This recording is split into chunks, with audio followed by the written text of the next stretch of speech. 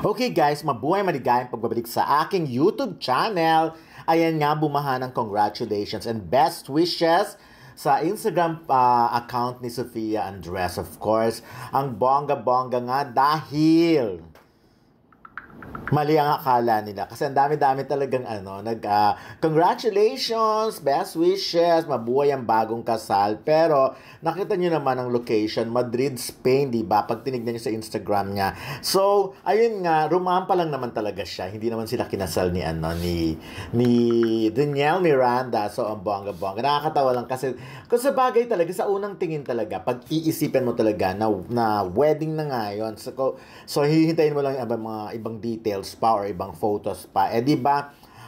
Sa panahon ngayon, dami-daming kinasal nga si Carlo Aquino and Charlie Dizon. Ito, why not? May anak na rin naman sila, di ba? At nagiging issue na rin talaga sa kanila, sa ibang tao yung ganyan. Pero anyways, ayan, for clarification lang, rumampa lang siya sa isang, fashion week. At ang bongga-bongga nito kasi, pero yun talaga, marami talaga ang nagkaakala na kinasal. Ito, babasahin ko na. Akala ko talaga kinasal na po sila. Ang ganda mo, gwapa, ang ganda mo. Congrats. We are so proud of you. Grabe yung saya ko. Akala ko talaga kinasal na kayo ni Danielle Miranda. Puro ganun. Daming comments na ganun. So, love the first shot. Gal Gadot. Yun nga sinasabi, no? Si Sofia daw ang Gal Gadot ng Pilipinas. Kasing ganda level. Ganyan. Okay. Binabasa ko pa rin yung congratulations and best wishes, Sofia. She's not getting married. Ayun na, may mga nag-correct na din naman. At least yun, may mga ganun din naman. And ayan, rumampa lang siya, ha. So, congrats po, Charet. May mga ganun na.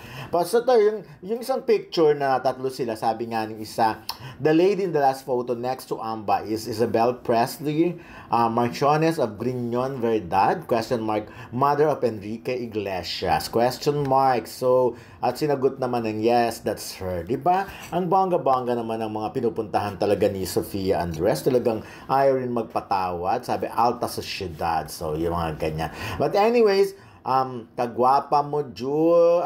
She's so beautiful, so majestic, ethereal. Congratulations. Ganda, perfect. See you tomorrow. May mga ganyan-ganyan. So, felicidades, Mama Sofia.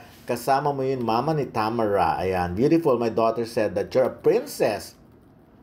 Bonita, Mama Mary, ang ganda sobra. So, si Sofia naman talaga, to be fair, maganda naman talaga. So, walang duda na. Kaya nga, actually, marami naman talagang nagkagusto sa kanya ever since. Kaya nga, kahit na medyo, of course, napaaga ang pagsabak niya sa buhay, kumbaga sa buhay na bilang isang ina.